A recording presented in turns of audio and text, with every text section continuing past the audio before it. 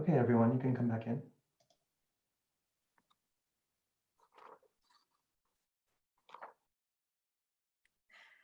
All right. I think everybody is joining us. Good evening, everybody, and welcome to the 7th stream of School of Resistance, a live stream format that invites experts on change around the world to discuss valuable alternatives for our future and also to create a blueprint for politics of resistance. The project is a collaboration between NT Gent, IRPM, Academie der Künste Berlin, Kulturstiftung des Bundes, and HowlRound Theater Commons. Today's episode is called Environmental Repercussions, Living in a Compromised World. When a recent UN report noted that the 47% CO2 emission drop caused by the coronavirus would have to be replicated every year until 2030 in order to control the climate crisis, it seems like the modern world opened Pandora's box. From predictions of mass flooding and waterborne diseases to uninhabitable temperatures and irreparable destruction to biodiversity, visions of the future are bleak. Together with the co-founder of Extinction Rebellion, Gail Bradbrook, the Canadian philosopher Alexis Shotwell, and the climate justice activist Alice Swift, we are very happy to discuss their strategies of resistance and environmental visions, looking for ways where they converge and reinforce each other. My name is Eline Banke, and I am very happy and very honored as well to introduce our guests of tonight's conversation. Our first guest is Dr. Gail Bradbrook. She's a co-founder of the social movement Extinction Rebellion, which rapidly spread internationally since its launch in October 2018. And having been researching, planning, and training for mass civil disobedience already since 2010, and having been arrested for 4 times for acts of civil disobedience, Gail is a pivotal figure in the world of climate activism. Our second guest for tonight is Alexis Shotwell. She's a professor at Carleton University on unceded Algonquin territory. She's a co-investigator for the AIDS Activist History Project and author of Knowing Otherwise, Race, Gender, and Implicit Understanding, and also Against Purity, Living Ethically in Compromised Times. Our third guest for tonight is Alice Swift, and she's a British climate justice activist. She's working on a PhD at the University of Manchester on social reproduction in the European climate camp movement, mainly focusing on Ende Gelände and the UK equivalent Reclaim the Power. She's interested in how autonomous left infrastructures feeds into protest camps and how strategies, tactics, and ideology develop and travel between national boundaries. She's a co-founder of the UK fossil-free divestment movement and a member of the anti-capitalist organization Plan C. Before we start this conversation, I quickly want to remind the people of the possibility for them to engage in our conversation by asking questions. For everyone who is watching live on Facebook, for instance, you can comment just on the live stream immediately, or you can also send your questions via email, which you can send to our email address, schoolofresistance@ntgent.be, or on Twitter, you can use the hashtag School of Resistance. Having said all this, I think we can finally maybe start with our conversation.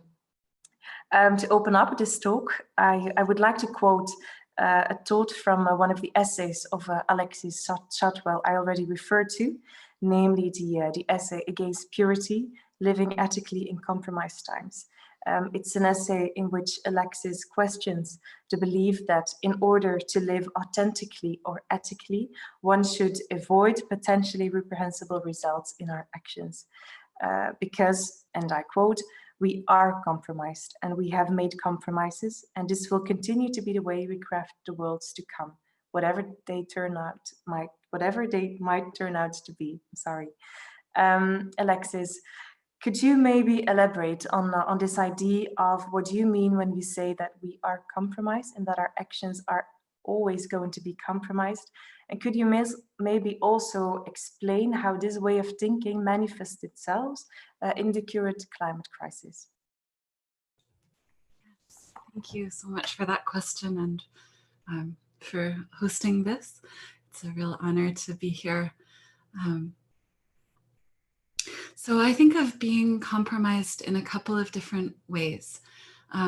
One is we can say that having porous boundaries, not being able to make firm delineations, being vulnerable to the world, that we're compromised in that sense. We're not impervious. We're pervious and porous, and that's just the basic condition of our life.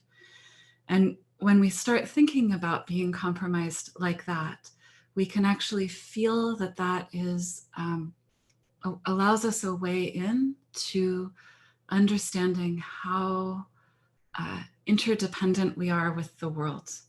So how in the world we are, how of a piece with it we are. So that everything we take in becomes part of us. We're always connected. So we're compromised like that. And actually, when we look at it that way, that's a form of being compromised that we can love, that we can feel nourished by. The other way that we're compromised, though, is that we make compromises. We're complicit in things, and really by things here, I mean horrific harm, terrible, grief-striking pain that we would like to not be involved in. So we make compromises in the sense that we are forced to be compromised in our ethical core, our ethical and political core. We are made by this world to not be able to be not complicit. So the being embodied and alive means that if we care about the world on some level, we're already hypocrites. And this is a favorite point for people who are actively excited that the world is ending, who are profiting from the devastation of the world, who feel like they can distribute the harm and death away from them. When we who care about the world say, I care about the world, they will say, but you're such a hypocrite. You drove a car, or, it turns out that lamb is better for this particular bioregion to eat than, you can't grow soybeans in Ireland, right? So in my work, one of the things that I'm very interested in is asking, what happens if we start from the view that we're complicit and compromised and we cannot be pure? What happens if we say, aiming for purity is actually the problem? And we take every place at which we're complicit and we use that as an anchor point for action and as a place to get traction. So every place that we know we want this world to be otherwise, maybe we can start there. So that's how I think about compromise. And I know we're going to talk more about it, but to give away what I think is the like how or next, the only way we can do that is by acting collectively.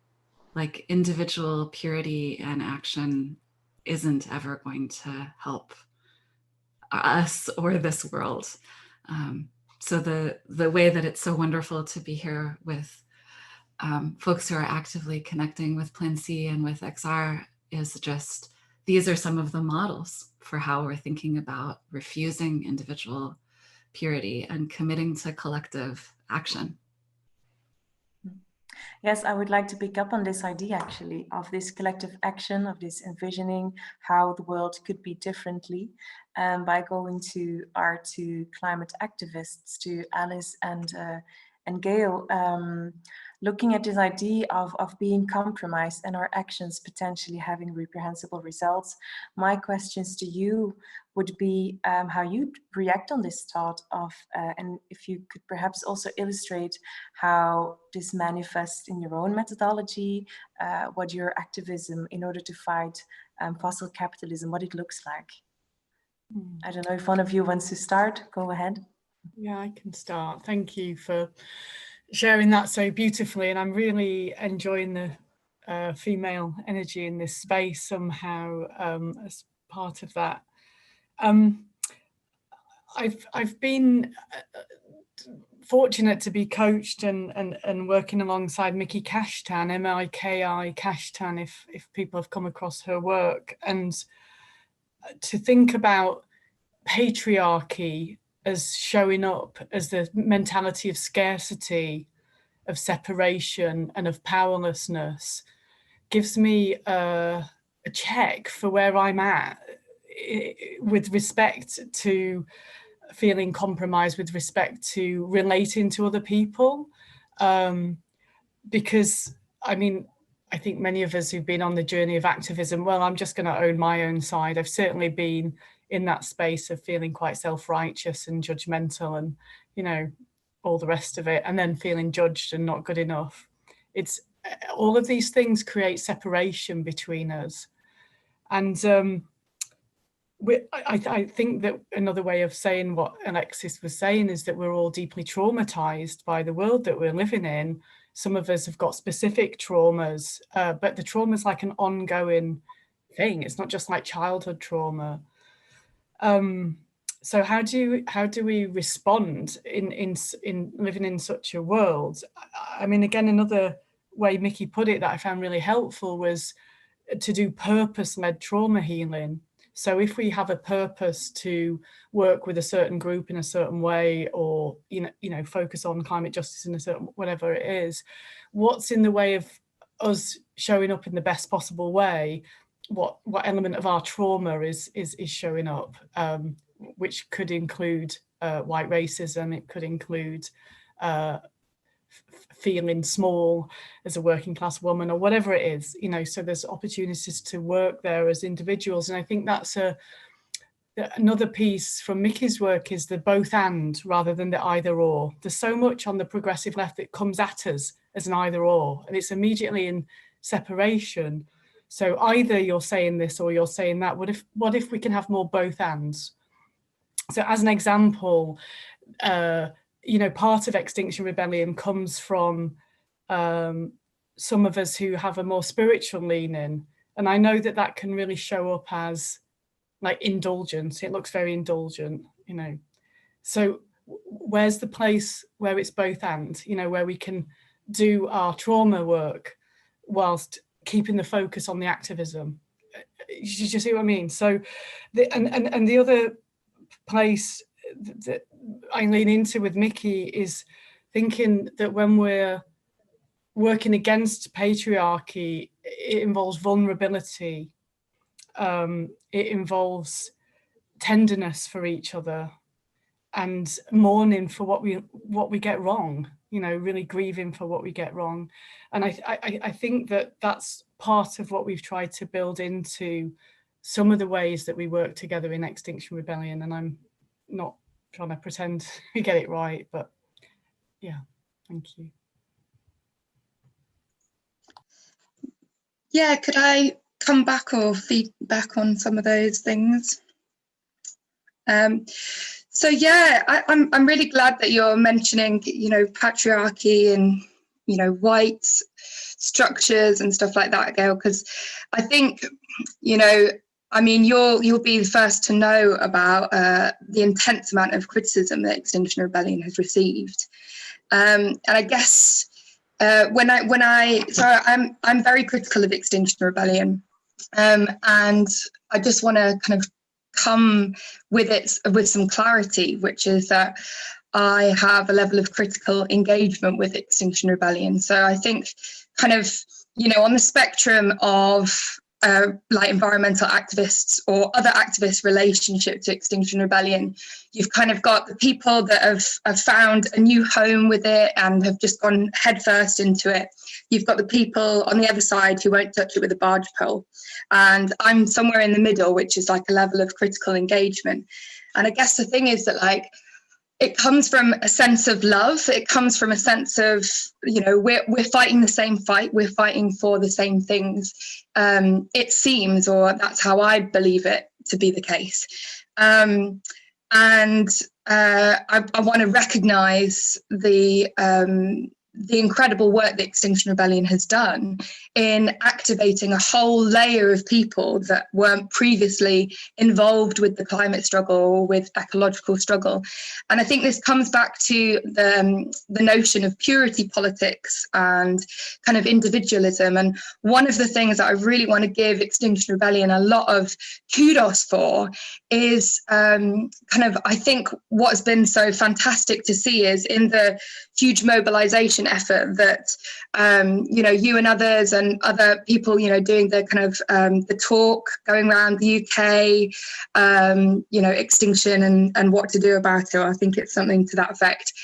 What's been so fantastic about that is I think you've really positively tapped into a lot of the pre-existing environmental kind of scenes or communities that exist within the UK in terms of really making that cognitive shift for a lot of people in going, okay, you know, as much as your like gardening project or, you know, you cycling lots is a really good thing, there is a limit to the extent to which an individual lifestyle change can really affect change. And I think that that cognitive shift that's been achieved with Extinction Rebellion is one that is incredibly valuable for the climate movement and the climate movement internationally. I'd say most particularly in the UK, but it's that shift away from like the purity politics, the individual lifestyleism, to a recognition that in order to achieve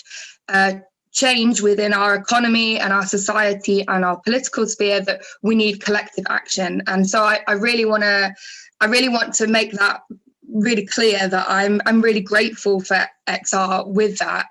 It's essentially a game changer for the climate movement.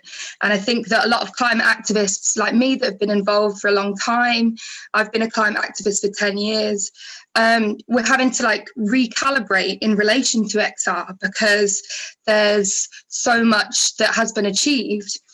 But by the same token, I think, and I want to give credit where credit is due, XR is being reflexive enough, or well, perhaps not enough in my opinion, but it is being reflexive in talking about other systems of oppression, like, you know, patriarchal social relations or racist social relations.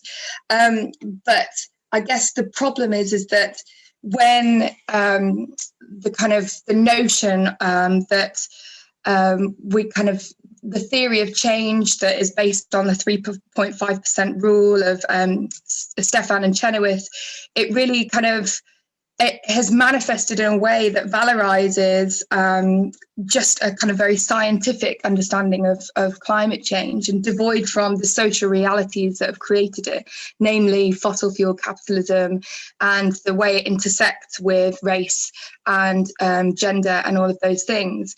And so I guess my concern is with making a lot of those mistakes, where there's potential for joining up or where there's been potential for actually connecting struggles, a lot of those bridges already seem to have been burned. And I guess that's, yeah, as someone that's looking as an outsider into XR, it's deeply concerning. And I think, you know, XR, that language of XR talks about the structure of society, the structure, not the structure, the system of society, the system. But if you go to an XR activist and you ask them, what is the system? There'll be a plethora of whole different responses. You know, what is the system that it is that you're pointing to? Some people will say it's overconsumption. Some people will say that it's, you know, the system of our democracy or government or whatever. Some people will say whatever. But for me, really, the overarching thing is it's a capitalist system. And a climate justice oriented approach necessarily looks at the way in which the climate crisis is a manifestation of the fossil capitalist system, that it's the fossil capitalist system that's got us here in the first place, and that we can't understand the injustice of climate change unless we look at the injustice climate change distributes onto people of the global south, of working class communities in the global north and the global south, that people of colour, Black and minority ethnic people are the worst to suffer. And when those intersections aren't deliberately played out for fear of putting people off, for fear of it's too radical, people can't understand, I think you end up doing a disservice to these people that you've really had this cognitive shift, you know, and like it's an appreciation of how clever people can be to understand A, the severity of the climate crisis, the urgency of it, and then B, recognize they need to be part of a social movement. And I guess where I stand is that they haven't completed that journey. They're still at the beginning of that journey, and that necessarily the logical conclusion of that journey is recognizing how climate change is inextricably linked to capitalism, to patriarchal social relations, to racism, and that we can't understand the climate crisis without understanding those things as well. And certainly that's the approach that Reclaim the Power takes, and the approach that Enda Glenda takes is a very much climate justice oriented mode of thinking about the crisis, and a mode of operating as well. So for instance, in Reclaim the Power, Well, just because I want to ask about this, because my collective here in the Canadian context, when we read Plan C, and this is also something maybe for Gail, and I don't know enough about Reclaim the Power, so I want to hear this. But here we've spent a lot of time reflecting on what is different in the Canadian context about how we think about what the system is, right? So I'm part of an anarchist collective, tiny one, called Punch Up, aside from being an academic. And we said, well, you know, one of the things that is absolutely different about reading this here, if we were trying to be Plan C, if we were trying to write this here in the North American context, we would identify colonialism and border imperialism as the sort of like, or maybe colonialism, capitalism, and border imperialism as the intertwining. We could not think about it separate from Indigenous resistance and Indigenous sovereignty. And so one of the things that I think about a lot is how the places that we're organizing and the work that we do open the space for critique and loving critique, right? So, and so I wonder if both of you actually can talk a little bit about doing this thinking and this organizing, I guess, in the context of Europe, right? As a place that is,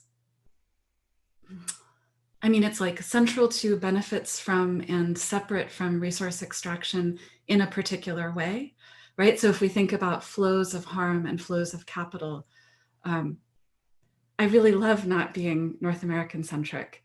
And I think about, or just American centric, actually, like all of the Americas. And I think that colonialism shows up differently in how we're thinking about complicity. And so I'd love to think about that, or hear you say something about that in relation to Reclaim the Power, or in relation to XR. Sorry to jump in. Can I respond? Is that, yeah?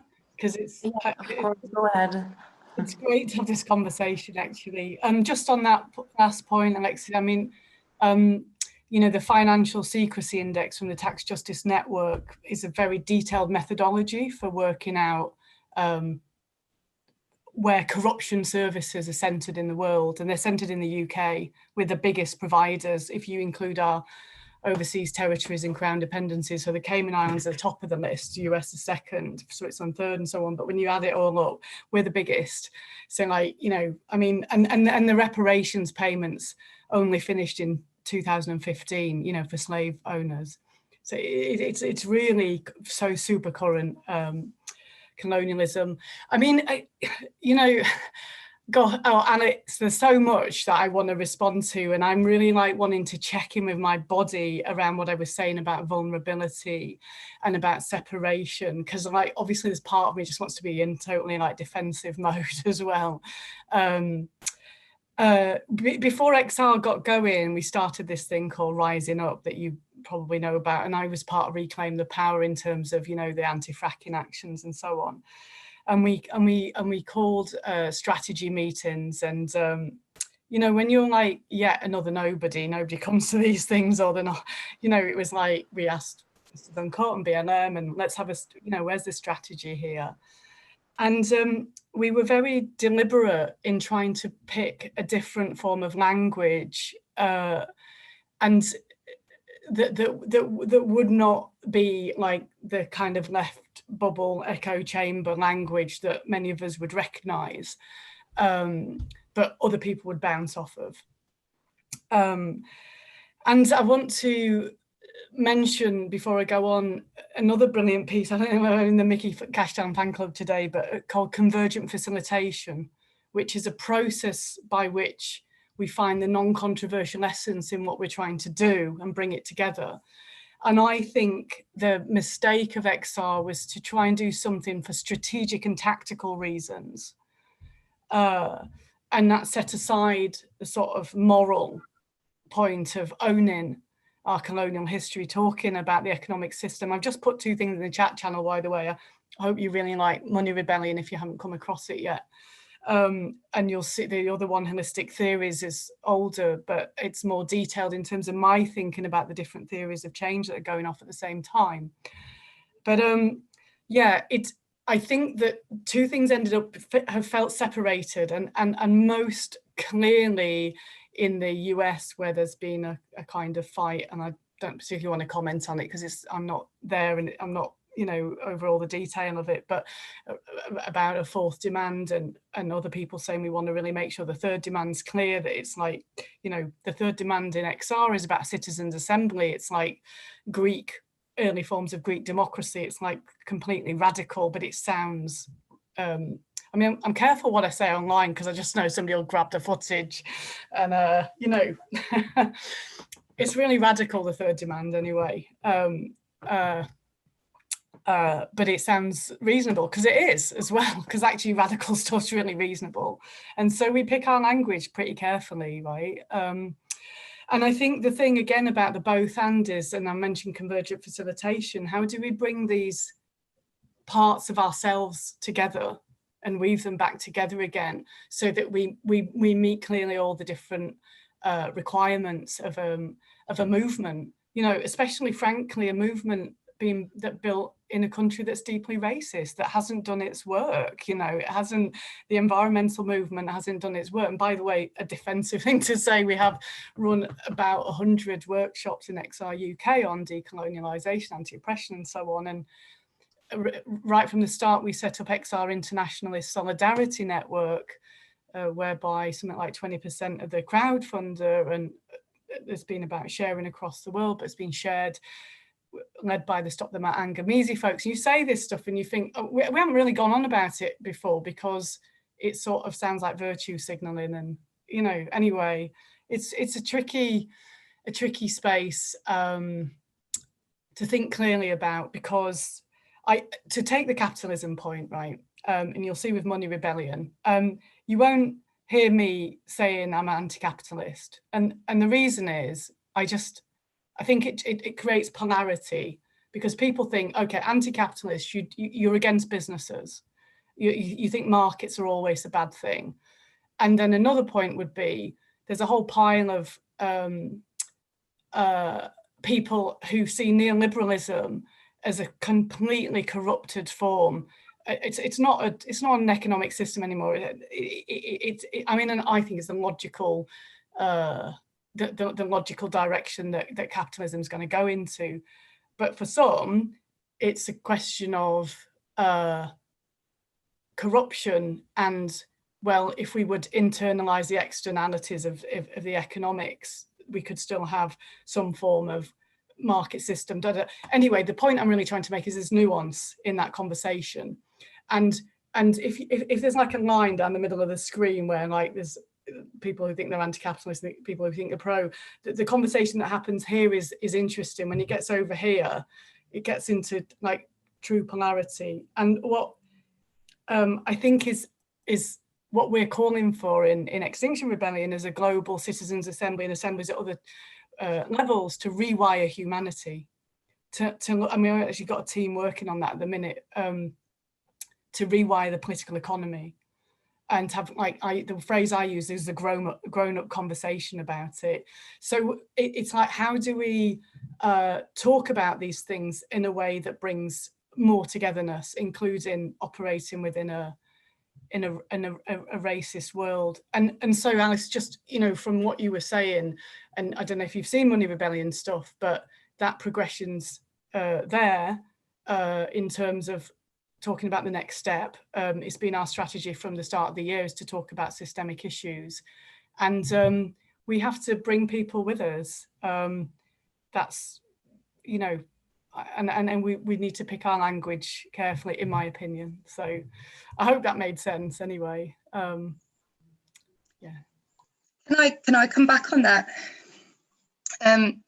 So yeah, I think it's interesting, and isn't it? And I think that often Extinction Rebellion, it's, you know, you say about togetherness and you say about picking your language carefully, and certainly, you know, I feel a sense of inauthenticity a lot of the time with regards to what the leaders of Extinction Rebellion or the spokespeople of Extinction Rebellion say, and then what they think. And I think that I find that difficult, because it's like, okay, I know Roger Hallam is saying this because he's hoping X, Y, Z will come about as a result of this, rather than what he actually thinks, rather than what his, you know, his authentic self would actually determine. And I think that sometimes when we seek togetherness above everything else, we favour some people in society over others unintentionally. And so when you have a language which is kind of universal, okay, we can't be explicitly anti-capitalist. In fact, we're going to be explicitly the anti-capitalists, as with a recent tweet, then you're putting off a whole swathe of anti-capitalists that may be involved with Extinction Rebellion. And the same goes for race and justice issues. And I really appreciate the responsiveness, that the reflexiveness that's happened with Extinction Rebellion. But by the same token, you know, of saying, okay, we're going to reach this kind of universality, this togetherness. Who is it inadvertently that you're putting off, or you're not able to make those connections with, without a recognition of, you know, what that togetherness might entail, like a privileging of the white middle class environmental activist, as opposed to someone that might be black or minority ethnic and can't put themselves in the firing line when it comes to police, or, you know, when they would feel deeply uncomfortable with making chants to the police saying that we love you, we do this for your children too. And so I think sometimes in the seeking of togetherness, we can actually inadvertently put other people off. And I think that when it comes to anti-capitalism, you know, I'm a millennial. I'll be 30 in a couple of months' time. And a recent survey said, and this is the same, Alexis, in North America, that of like over 50% of millennials are anti-capitalist and socialists. And there is that appetite, there is that notion there of what, you know, the way in which they have an anti-capitalist ideology. And I think that by actively dismissing that, or actively saying, no, we're not anti-capitalist, we don't support this banner that says socialism or extinction, you're actively putting off those people that might otherwise be involved, and also increase the diversity and the plurality and the heterogeneity of the movement. And I think polarity isn't something that should necessarily be a negative thing. You know, I don't think polarity needs to be a negative thing. I think that polars attract, right? That's how they operate. Like, polars attract. And I think in you know, the 3.5% rule of we have to get a certain amount of people activated within the population to achieve significant change, I think it often then manifests in a way that seeks this togetherness above and beyond a kind of authenticity, a kind of a recognition of the way that climate intersects with you know, race, class, patriarchy, and capital. And I think that, you know, certainly in the UK context, this argument holds a lot of saliency, right? And and I hear it from lots of XR activists all of the time, well, we can't be explicit in this way because we'll put people off, and it's a numbers game. We have to have mass mobilization, right? And I think if I'd never been out of the UK environmentalist context, I'd probably believe the same. But the thing is, at Ende Gelände in Germany, it's become the largest mobilization of people taking direct action for climate justice in Europe, potentially the world, but we're not sure about that, but certainly within Europe. So, I mean, last year alone in June, there were 7,000 people at a camp, and they're not people mobilized to shut down central business districts and streets in capital cities. They're people mobilized to physically break through police lines and shut down fossil capitalist infrastructure at the source. And so I think that it's, I appreciate the togetherness and I appreciate that aspect. But I guess what I'm trying to say is that we don't need to have a kind of universality or a saliency to every single person on the political spectrum in order to achieve those numbers. Those numbers can be achieved in a deterministically radical and intersectional way with a climate justice focus. And there's been clear examples of that. And it's not just Ende Gelände as well. The Italian climate camp movement, they had their first climate camp last year and they've had their second one. And over 1,000 people ready to take on fossil fuel infrastructure. And it's so empowering and so inspiring to be part of these movements and do so in a way that I know that I can be my authentic self.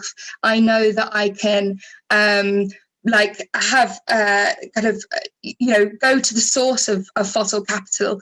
And I think that with the strategy of shutting down lots of roads in capital cities, that's an interesting approach, and certainly it works to garner the media's attention initially, but I'm sure you'd appreciate as well that the media attention has gone down somewhat, and that if you kind of keep replicating the same strategy, then the media, the way that the media operates, they go off it after a while, don't they? And it amounts to me not a really true sense of the word of non-violent direct action, in that it's an elaborate petitioning of the government for the government to meet these demands. Now, when we recognise that the government goes hand in hand with fossil capital and works to service them, then we know that even the most elaborate of petitioning of government isn't necessarily going to achieve the change that we need to see. And so I guess that's why with Reclaim the Power and Ende Gelände and lots of these climate justice movements, they take the direct side of the direct action to its logical conclusion, which is to go right to the very source. So that is fossil fuel infrastructure, the heads, the central offices of the companies doing this ecocidal destruction, and and acting in that way. And so I think that, kind of going back to the togetherness, I feel a great sense of togetherness with the people that I know we have an incredible sense of togetherness at Ende Gelände, because we have such an intense shared sense of purpose. And being part of the internationals of there, I know that English might be a second language for people and they don't even understand it very well in some cases, but yet we have such a clarity in purpose, such an intense sense of togetherness that allows us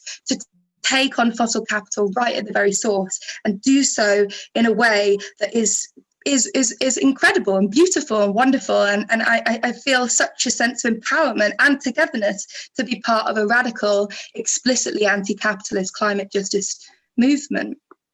Could I maybe quickly jump in here? Because I really like your talking about all different approaches, because it is, of course, it's a question how you put these thoughts and these beliefs and these into practice, and that's also something that I want to pick up because another thought that I got when I was reading your essay, Alexis, against purity one. You wrote, and I quote, "Purism is a decollectivizing, demobilizing, paradoxical politics of despair."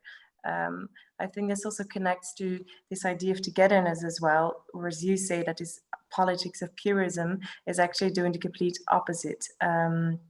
Yet I do think that this feeling of despair is also a very sincere feeling when it comes to climate change. I think we all sometimes feel grief and anger and fear as well when we see the likely societal collapse that is nearing, that is coming closer. But I was wondering how, if you could suggest somehow how we can create a politics that does recognize these feelings of grief, anger, despair, yet also manages to go beyond this, to not create this demobilization and this sense of maybe helplessness. Yeah, I mean, sure, I'm happy to say something about that. And I'm thinking about it in relation to this very important conversation that's happening. So I sort of don't want to take us too far off that conversation. So I'll say something and see if it connects. And because I think a lot of the time when we're looking at what sometimes is talked about as the difference between vanguardism or voluntarism and collective organizing, some of the threads of conversation that are happening between Alice and Gail are also showing up there, right? Do we need to have just a small number of people who do the right thing? And what counts as a small or a large number of people? And do we have a crew? So vanguardism as an approach from sort of Maoism, Stalinism, right? Like, do we have just a few people who are really educated in the issues, fully understand the complexity of everything, and they lay the line for the, as Lenin said, the bricklayers to make a straight wall? Or do we have an approach that is grounding itself in a kind of collective wisdom, collective possibility? I'm personally a really super anti-vanguardist thinker. I think we do best to trust that people are intelligent, although frequently misled or misguided or undereducated. So I believe in education and the possibility of transformation so much. And I also believe in starting from where people are. And I believe in identifying an enemy and not pretending that we don't have enemies. I think all of us here agree. We have enemies, they hate us. And personally, I can have a feeling of like, well, I actually am working for a world in which things are better. And so it doesn't matter to me that white supremacists hate me. I welcome their hatred, right? And I'm interested in it. For a lot of people, like all of us, we look and it's like, everything is so awful. As soon as you start looking, it just brings tears to your eyes. And many of us can respond to that by organizing, right? By coming together. And I think for people, I started thinking about political despair and political purity as a form of despair because I had a lot of friends, comrades, who had done really intense, wonderful activist work for many years. So I've been organizing for 25 years. And I saw a lot of people who were like, I did all this stuff and it didn't work. And now I'm just going to try to find a nice place to live out the collapse of civilization. I'm going off grid. I'm learning to do these various things. And when I think about that impulse as a purity move and as a thing that actually just produces more despair, the thing that I'm interested in there is how can we look at every instance where we want to take seriously and be authentic and truthful about how bad things are and use that as a point of connection and as a way to invite some kind of movement. So I'm very interested in being really honest with each other about what's different and how we organize and how we analyze.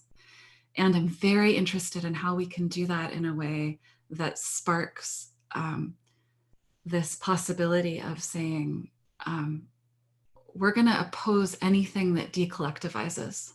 We're going to oppose anything that demobilizes. We're going to oppose anything that produces more despair. Now, I really do think, like here in Ottawa, some of the deepest fights that climate justice activists have been around the question, exactly these questions. So these are shared, you know, everywhere, around the question of do we shut down the bridge downtown, or do we go and shut down the places where you can turn off oil pipelines are actually pretty easy to get to. Do we shut down the bridge downtown? Do we shut down the oil pipeline? Do we shut down the rail that's shipping? So the question always for me is, if we start from this approach that we don't actually know, and we're not going to pretend that we're always right. Like, in fact, we're going to start from being like, probably we're getting a lot of stuff wrong, but let's ask, who's our shared enemy? Who can we stand in solidarity with? Where that quality of solidarity is, how can we recognize reaching together across difference and across fucking up as the ground for action? Like, I actually feel like those two things together get us a long way. And I guess, like, I was like, I was sort of feeling like, I feel kind of uncomfortable. Like, I want Gail and Alice, who I literally have never met before today, to like be happy together. And then I was feeling like, no, how great it is that we can have these kind of sparky interchanges that take seriously, what world are we working on here? Wait, what shared world are we working for? Anyway, that rambled, I'm sorry. Yeah. It's fine, thank you. I appreciated what you were saying, because I think it's going back to what I was trying to say about the both and rather than the either or. I did start to experience that, what you were saying, Alice. Even there's so many threads in it, it's hard to grab, you know, we would need a 5-hour conversation to go through them and talk in more detail. I think, so I'm more, and you could speak to some of them, but I'm more sitting in that place where it's sort of, we've been set up as this either or, like it feels like a battle, it starts to feel like a battle. I can feel it in my body. It's like, you know, and I don't, you know, what Kofi speaks about, who runs our XRISN work, is like the broad canopy to come under the shade of a tree together and not expect us all to have the same sense of theory of change, or what our particular purpose and role is, or what the best strategy or tactics going to be. And I don't, well, I certainly for myself wouldn't say that I speak in authentic ways, by the way. I don't recognize that. If anything, I'm just, you know, occasionally trying to think how it might play out if it got into, you know, that I like, my name's been all over Breitbart, the press have been at my sister's house, my mum's house, you know, my kid's house. It's there's a little bit of protection around how I say things, a bit that, because I just know it's going to blow up. I know the media team will have a job on and so on, you know. So if you and I was having a chat, I'd talk differently to something that's being recorded. There's a bit of that going off, that's all. And it's just as a self-protection in it, a protection of teams and so on. But I think that I'm sort of interested in both the chaos that we're experiencing right now. I mean, there's these conversations to be had, and I don't want to use the word togetherness that's sort of trying to smooth over some like really different senses of how to go about things, or you know, some of the things that you're raising, Alice, that are concerns about who feels like they can join under that canopy, you know, who feels like that's just not my place, you know, these indulgent white people who just don't get it, or whatever. I honestly understand. I'm looking at the world and looking at, you know, the QAnon conspiracies, just how rapidly that's mobilizing people. I'm looking at the opportunity of the social dilemma on Netflix at the minute. That's, you know, finally at the end of that film, I don't know if people have seen it yet, but talks about the business model. They don't use the C word, but they do talk about the business model, like the money. But basically, the social dilemma is about the weaponization of tech to destroy our democracy, and the people that actually created the weapons and didn't really fully realize what they were doing and the horror of what they've done. It's a really interesting space that's been opened by that place. The QAnon conspiracy, and so many of us watching our friends sharing pandemic videos or whatever. You know, my understanding is that this system that we're in is descending into hell. I mean, to my mind, fascism's here already, and it's been very cleverly worked. I mean, I was interested. I was talking to a friend today about whether Trump's actually got COVID, you know, or this is like a mechanism for, it's a trick. Anyway, who knows? In these times, like, what seeds are we sowing? You know, what seeds are we sowing for the changes that we want in our democratic? I mean, we don't have a functioning democracy as far as I'm concerned, but this is the whole point of saying about citizens' assemblies, and to try and talk to that disarray and that confusion and that deliberate setting people up to not be able to make sense of the world anymore, to think that you know, before they know, somebody who's got legitimate, in my view anyway, concerns about vaccines suddenly are like on the streets with the far right. You know, this is what's happening, and it's going to come in the UK in like rapid fire. It's building really quickly, and I think we have to look at this time in terms of what we need to be saying, and how to say it in a way that will bring the a big body of people around a new form of democracy.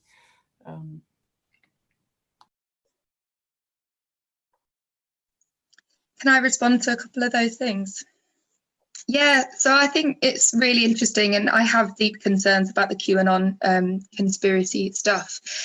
And I guess what I've seen as well, so living in the Calder Valley, where I live in Yorkshire, near Hebden Bridge, is a lot of people that would or have been historically involved in the environmental movement. So things like Earth First, or road protests or things like that, that were involved. And I guess, kind of going back to what you were saying, Alexis, people that have found such a level of despair that it's more about creating their little corner of the world to exist in, and to kind of to live off the grid as much as possible, and kind of take environmental lifestyleism to its logical conclusion, which is just kind of looking out for your own, and being in a space that you can say is the most ecologically sustainable or whatever, and I'm not saying that everyone in that area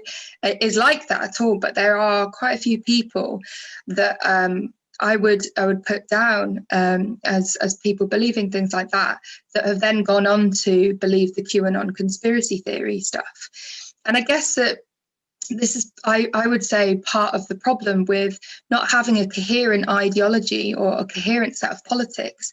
If, in fact, having a politics that is to say that we're beyond politics, or, we don't do politics, or whatever, I think that can very easily, the cosmic left, or, that kind of level of spirituality, unfortunately, can be co-opted really easily by the right, and we're seeing that, and it's gravely concerning, because people that have been historically involved in environmental struggles, and I would put kind of as latent people amongst a counterculture attached to environmentalism, are very quickly going down this route. And so I think that's kind of the danger of an incoherent ideology. That's the danger in which it can go down, is if you don't have politics. And I remember I had a conflict, an argument with someone who in Hebden Bridge, she wouldn't shake I wouldn't shake her hand. She offered me her hand. I wouldn't shake her hand because of coronavirus. And she got really upset with me for believing in coronavirus and demanding to know who I knew that had died of coronavirus, and of which I said a friend's father, unfortunately, had passed away, and it's deeply sad. But she, when she asked me what sources I was looking at, what my media was, and when I said Novara Media, a left-wing media channel in the UK, she said, "That's your problem. That's your problem. Is politics. And I think that there is a big crossover between the notion that XR has of being beyond politics, or we don't have a politics, and it kind of gives leverage. It gives a legitimacy to people that kind of that persuasion anyway, or perhaps are kind of going down that route in not having a thorough politics, and it's deeply concerning. And I mean, if I'm being fully charitable to XR, the beyond politics I see as a canny slogan to say this is beyond parliamentary politics, right? When we're being charitable, when I'm being charitable. But unfortunately, I think that a lot of people then take that as read to be, okay, well, that's politics per se, that's all politics. And when we kind of reinforce people's notion that politics is only about parliament and nothing else, it's just about parliamentary politics, and we don't recognise the thing that most first year politics students are taught the first day that they do politics as an undergrad, which is politics is about power. And when we think about power and we think about climate injustice, then we can't look at climate injustice without looking at power. And we can't look at it without looking at politics. And so, I guess, I mean, Gail, unfortunately, it doesn't surprise me that you have friends on Facebook that are sharing conspiracy theory stuff, because I think a lot of Gen X people are, and I'm glad that I don't. But it is worrying, because we're fighting the same struggle and we're on the same side, and yet people are slipping into the right, and that is of great concern. And I think that when you try and appeal across the political spectrum and actively try and cultivate appeal from the right with the notions of familyhood and the notions of like generational entitlement and things like that, I think that it can play into the right very easily. And I mean, so I was part of a survey recently. We did a survey of Extinction Rebellion activists, a quantitative research survey, me and some other academics. And we surveyed lots of people at Extinction Rebellion protests. And lo and behold, I mean, it's no surprise to me, but most XR activists were above average involved in the Green Party and the Labour Party. And I don't think that would come as a surprise to you either, Gail.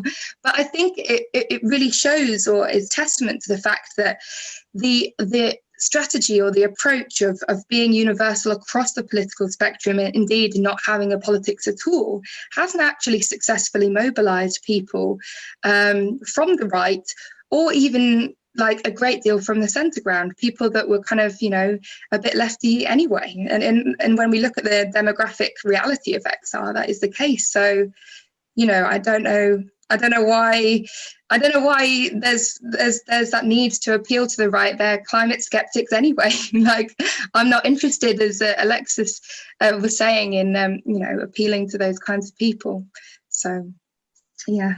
Just to clarify, I mean, beyond politics is exactly about beyond party politics, and our third demand is about citizens' assemblies, right? I mean, this is the whole point of a citizens' assembly, is it's demographically representative of the country. A global citizens' assembly would have very few people with my skin colour on it. That's where we're aiming for. It's absolutely political. Nobody's saying it's not political. The politics is coming from what I would say is to use one phrase, is like the sort of emergence of teal thinking in these times, or integral thinking. So moving beyond the sort of green progressive left into sort of trying to look down, look at different value structures, as politicians have done, and to understand that shows that, you know, so for example, you know, like I've a working class family background. My dad was a miner. The sort of, you know, you come with a, I'm getting a little bit, I'm just sitting in defensiveness. I don't really appreciate how, I don't really want to do that. You know, I've been on XR stuff where people put climate change as a class issue, and I've gone, ugh, you know, like, I give a fuck beyond I can express about what's happened to my community and so on. I just don't think it works on a banner, you know, I just don't think it helps. So it's like so much of this is tactical. But anyway, the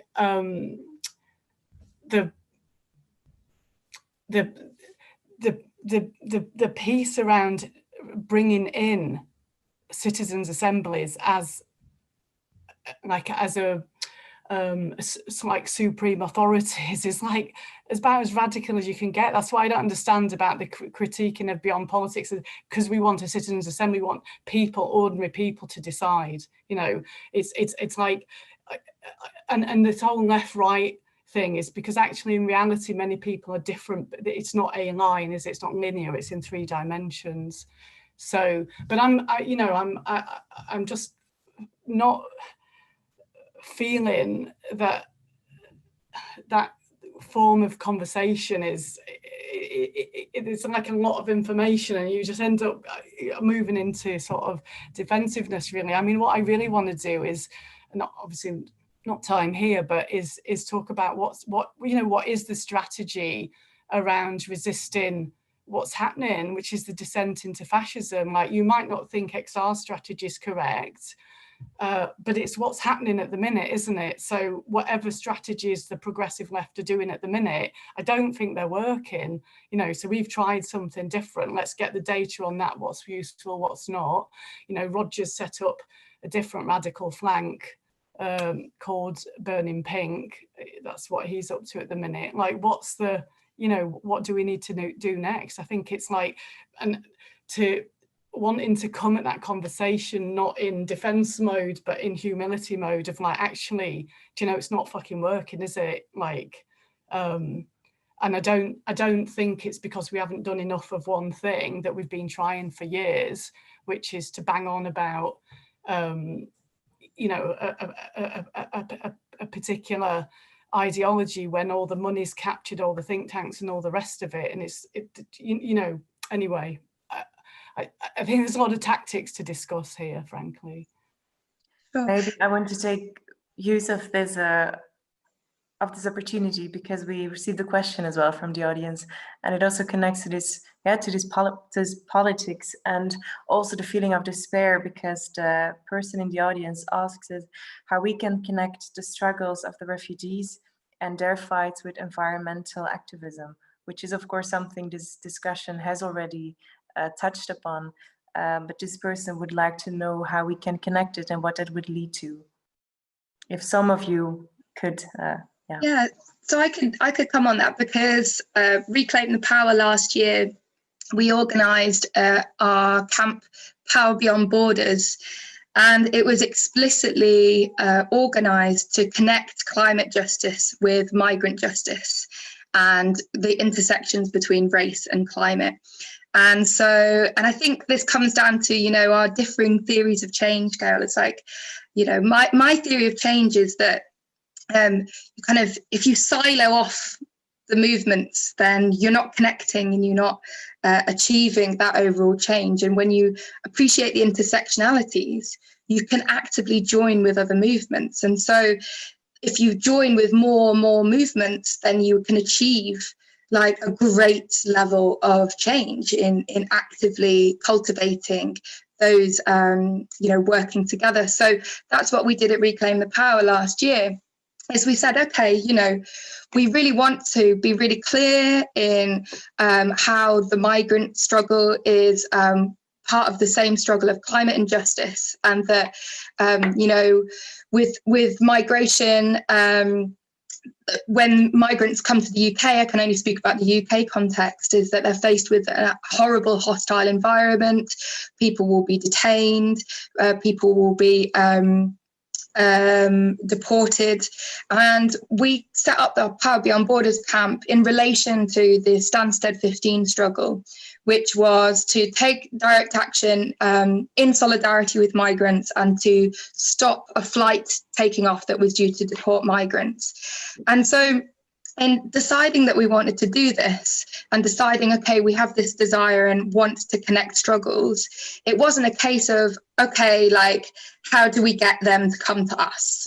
How do we get our movement to be more like diverse, or get, migrant stuff within our movement and within our protest camp and our actions and stuff? It wasn't done in that way. The way that we went about it was go, okay, what is it that we can offer to migrants and migrant solidarity groups and anti-racist groups? What is it? What are our skills that we have? What is in our repertoire that we can actively offer and say, take your pick?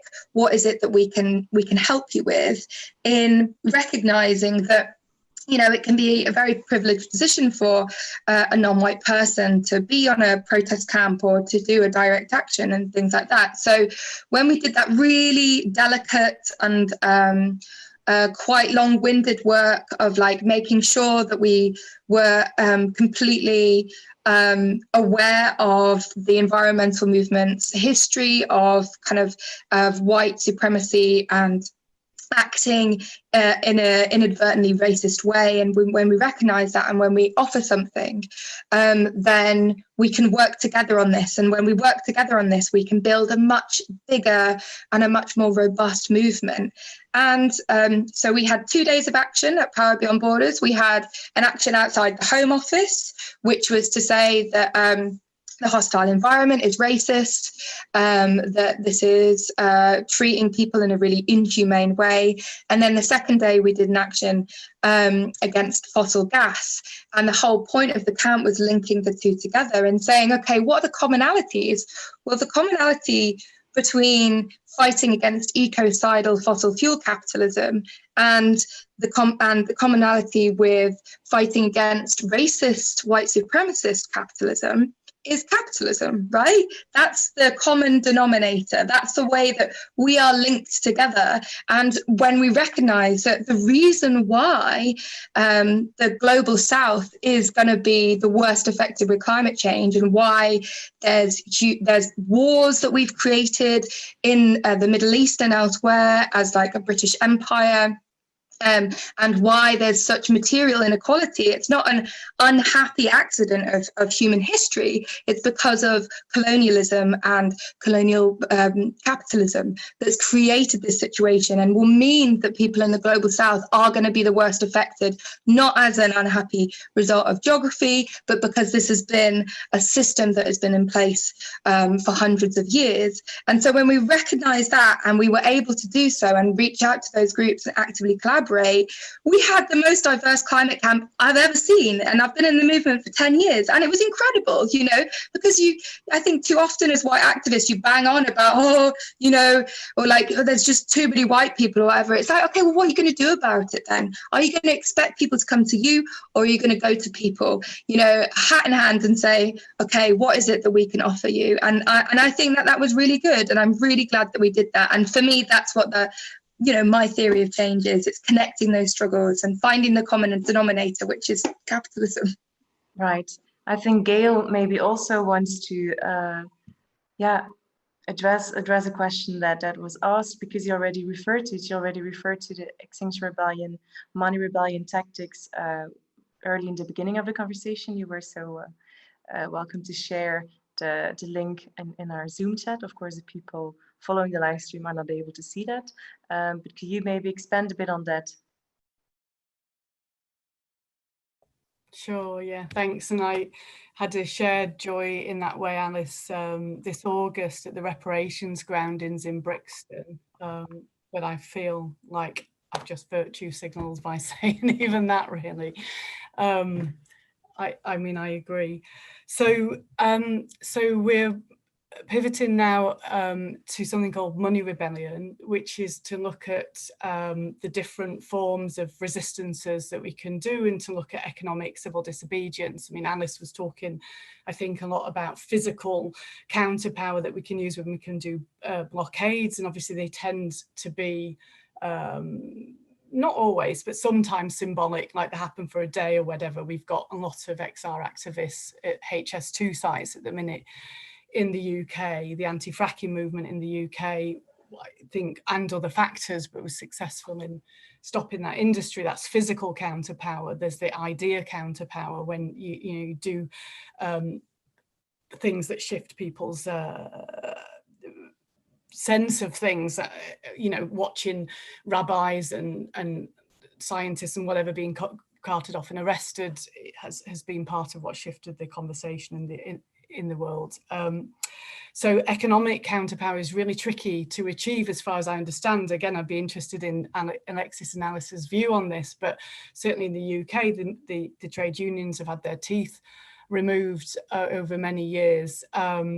Organising strike actions are really difficult. Many of us work for ourselves or work on contracts that are 0 hours and so on. So the idea with Money Rebellion is looking at the opportunities around tax and debt and resistances therein. So I've shared a video that gives something of the background, and I think, Alice, you'll be mostly reassured when if you take the time, if you have the time to watch that. You won't be entirely, there'll be things that will annoy you, I'm sure, but I'll leave you my email, maybe we could talk some more. So the sort of, the analysis of growthism, of the profit motive and so on. So then in terms of tactics, there are a few things. The sort of foundational tactic is what you'd call a conditional commitment, which is, would you do this if other people would join you? So would you not pay your council tax in a specific area if other people would join you? Or would you not pay your mortgage debt? I know not everybody's got mortgage debts if other people would join you. So like, would it be 5,000 people, 10,000, 50,000? And because of the scale of XR, we have this software called Coal Hub. You can get on and phone people up and ask those questions. So we can build up the threat in that way. Some of the sort of, when you talked about vanguardism, Alexis, I'm not sure I fully understood. It'd be interesting to hear more, but what I mean by vanguard action is an action that's a demonstrator that kind of whets the appetite, if you see what I mean. So the vanguard actions that we're looking at the minute, one is where we're taking out credit cards with certain banks. And again, it's a use of privilege point, Alice, and making reparations on behalf of that bank by making donations. At the minute to Survival International, it could be also the Acacia School in High Wycombe. I've been talking to those. It's a complementary school focused on African diaspora communities. So making reparations and then asking the bank to write off the debts and with match funds. So coming alongside as Animal Rebellion because of Barclays and Cargill, industrial animal agriculture, and then around taxes, small businesses and or other people who do tax returns as well as another possibility. But anyway, the point of it is two levels. One is to talk about whatever the particular action is. It may talk about what Barclays Bank are doing in the world or whichever bank it is. But also the meta point is we need to have the way I say it is a grown-up conversation about our political economy, the destruction of democracy to the profit motive, the destruction of the environment and social good and social well-being to to economic growth. So that's what the point of that is. And I think it's, you know, in terms of movements of solidarity actions, it's like how to build solidarity between those that can't pay and those that are choosing not to pay. So it's talking to taxpayers against poverty recently, there's a whole pile of and I've nearly finished the ramble, but it's a whole pile of shame that's put on people around debt. That's why the banks look like temples, right? I mean, to make us feel that we have to pay and wanting to build that piece as well as part of. So that's something that we're working on at the minute. Thank you. Really great to hear the both of you, how you respond to the question that arrived from the audience. Looking at the time, we already passed the hour, but I would love to hear Alexis once more. I'm also going to quote you again. I was very inspired by all the writing, basically, I found on that you wrote, apparently. But some time ago, in the midst of the Corona pandemic, actually, you wrote an article called "Survival Will Always Be Insufficient, but it's a good place to start." And in that article, you refer to the dire situations a huge part of the global community was confronted with during the Corona pandemic, and in which you also emphasize that we should always start with survival, and primarily that we should fight for the lives of the people targeted by the death cult of capitalism. Yet you also in that article state that survival alone is not enough, that people not only need bread, but that they need roses as well, to paraphrase the well-known labor slogan. But today it seems there isn't a political program yet that can lay out what comes after this survival, or what precisely these roses would be. So I wanted to wrap up this conversation by asking you, Alexis, if you could maybe tell us what you feel these roses could be for you. Yeah, so I mean, I think that labor slogan, "We need bread, but we need roses," is actually such a profound anti-capitalist slogan. And it speaks back to that quality of shame in poverty or shame in debt. And it also speaks to this insight that we can have many different theories of change. And as long as they're not actively opposing each other, right, or shutting each other down, they can actually, we don't know what will create the world in which lives can flourish and lives can continue. So having this commitment to ease and flourishing and joy, for me, is one of the most gorgeous anti-capitalist affects that we can have and model. And it comes to this place that also returns to the very beginning of our conversation about resisting logics of scarcity and saying, we refuse to accept the idea that there isn't enough for everyone. We know that there is enough for everyone and that it's just massively badly distributed. So coming back to the question of migrants and climate refugees, you know, in our movements, we absolutely need to say no to any logic that comes down to ecofascism or that allows ecofascism to exist. And I would say that in every place that I am seeing climate organizing happen, there is a right-wing tendency that is protectionist, isolationist, and that believes that the way for us to resist climate catastrophe is to shut borders and protect the people inside. So I think when we look at what it means to say roses for everyone, right? One thing that allows us to do is affirm that joy is a major motivator for us to believe in this world and to work together toward a world in which many worlds can live, to echo the Zapatistas, right? So they said, we have many yeses, we have one no, right? But we don't know all the yeses that could exist.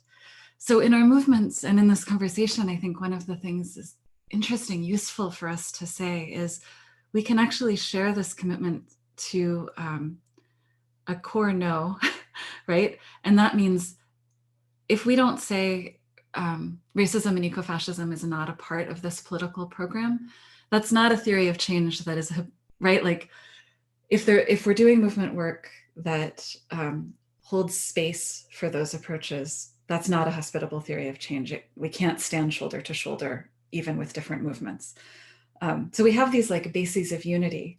And I do really feel like the approach of, finding the possibilities for unapologetic joy is useful, like politically, strategically, tactically useful. There's so many, we could keep talking for hours. But yes, capitalism is a death cult and we should resist it. We should be for life. I think that's also like a very beautiful and a very strong idea, feeling to keep with us and to wrap this conversation up for today. Because as you said, we can continue having this conversation. It's important to continue having this conversation, but I feel very privileged and honored that we managed to already address very interesting topics. And then we had this beautiful conversation tonight, for which I would really like to thank you. I feel very privileged that I was able to invite you all to our School of Resistance. I hope you also enjoyed the talk. And the only thing that is now left for me to do is to announce our next episode, which will take place on Saturday this time, Saturday the 17th of October at 6 p.m. Our guest for that episode will be Achille Mbembe, and together with Milo Rao, they will discuss the paranoia of the Western mind. I think that's all for tonight, and I wish you all a lovely evening, and I would love to have a chat together once near